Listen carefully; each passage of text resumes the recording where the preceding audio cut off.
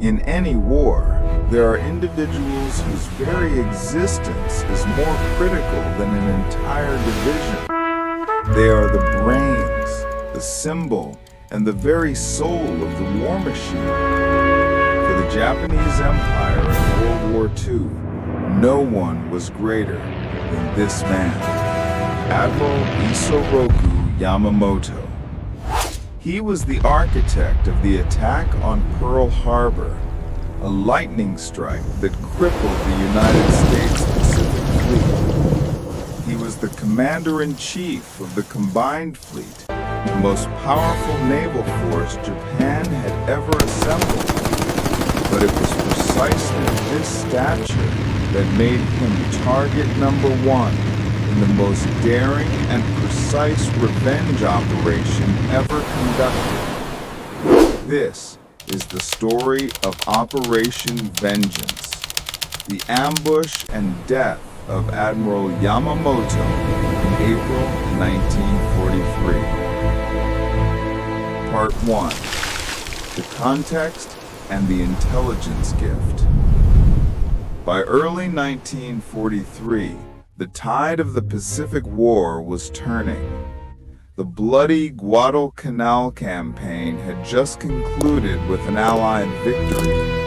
The morale of Japanese forces in the South Pacific, particularly around the Solomon Islands, was deteriorating rapidly. Admiral Yamamoto, recognizing the urgency of the situation, decided to conduct an inspection tour of the frontline bases. He wanted to personally meet his pilots and soldiers to inspire them with his fighting spirit. A schedule was drawn up. A flight from the main base in Rabaul to the airfields near Bougainville. What Yamamoto could not have known was that the Imperial Navy's every move was being watched. U.S. Navy crypto-analysts working in an underground bunker in Hawaii, codenamed Station Hypo, had achieved the impossible. They had cracked the Japanese naval code, JN-25. On April 14, 1943, a routine Japanese signal designated NTF 131755 was intercepted. When the codebreakers translated it, they couldn't believe their eyes. It wasn't a combat order. It was the complete, detailed itinerary for Yamamoto's inspection tour on April 18th. The message specified 0600 hours, depart Rabaul in a Betty, Mitsubishi G4M bomber. 0800 hours, land at Balalai Airfield, just off Bougainville. It was so detailed, it even listed the number of fighter escorts, 6 zeros, and the type of boat he would use to travel between islands. This was an invaluable intelligence gift. The information was immediately sent to the highest levels of command. Part 2. The Get Yamamoto Order. The message landed on the desk of Admiral Chester W. Nimitz, Commander-in-Chief of the Pacific Fleet. He faced an agonizing decision. To kill Yamamoto would be a staggering blow, severing the strategic brain of Japan and serving as sweet revenge for Pearl Harbor. But at what cost? If the Americans conducted an ambush this precise, the Japanese would almost certainly realize their codes had been broken. They would change them immediately, and America's single greatest intelligence advantage would vanish. Secretary of the Navy Frank Knox presented the dilemma to President Franklin D. Roosevelt.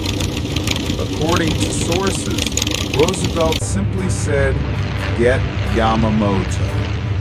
The final decision was left to Nimitz. Nimitz weighed the options.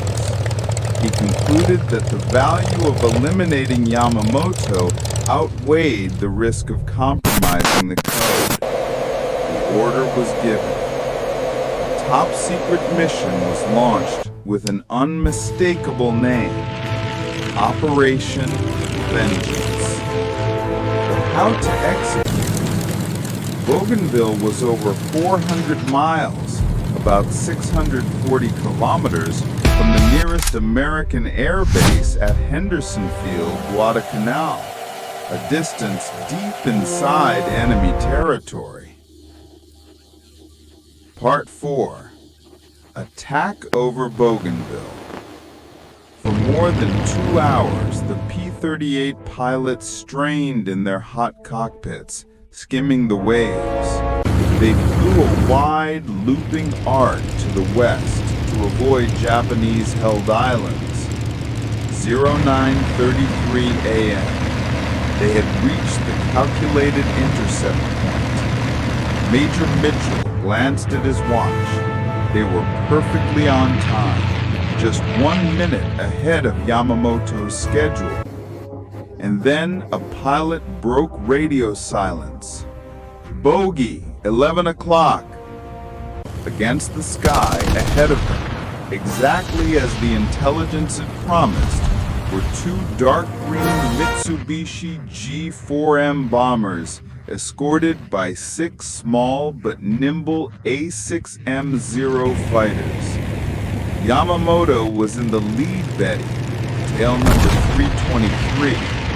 Vice-Admiral Matome Ugaki, his chief of staff, was in the second Betty, tail number 326. Immediately, the order was given. The P-38s jettisoned their drop tanks. Mitchell's cover group climbed to engage the 6 Zeros. The sky erupted into a chaotic mess of tracers.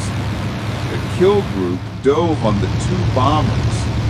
Lieutenant Rex T. Barber targeted the first Betty, Yamamoto's. Lieutenant Thomas Lanfear also joined the attack. Barber locked on to the Betty's rear, firing all 4 of his .5 caliber machine guns and his 20mm cannon. The bullets tore into the bomber's left engine. Black smoke poured out. Then, fire.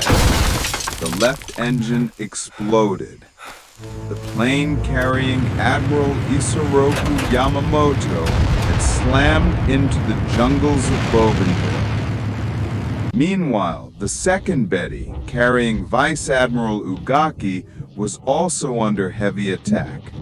Critically damaged, it spiraled out of control and crashed at high speed into the sea. The dogfight lasted only a few minutes. 1 P-38 was lost. The pilot was never found, but the mission was complete. The 15 remaining P-38s turned and began the long, silent flight home. Part 5. The Aftermath and the Legacy. Narrator. On the ground, it took a Japanese search party a full day to hack through the dense jungle to reach the crash site. They found a grim scene. The Betty had disintegrated. Amidst the wreckage, they found the body of Admiral Yamamoto. He had been thrown clear from the plane, but was still strapped into his seat. In an image that became iconic, his hand was still grasping his samurai sword, his head bowed as if in deep thought. An autopsy later revealed he had died instantly in the air from 2 bullet wounds, one to his shoulder and one that passed through his jaw.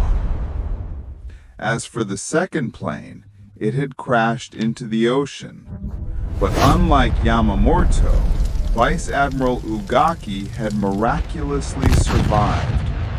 He was badly injured, but along with 2 others, pilot and a staff officer, they managed to swim to shore and were rescued. Yamamoto's death was a devastating shock to the Japanese Empire. The government kept it a secret for a full month until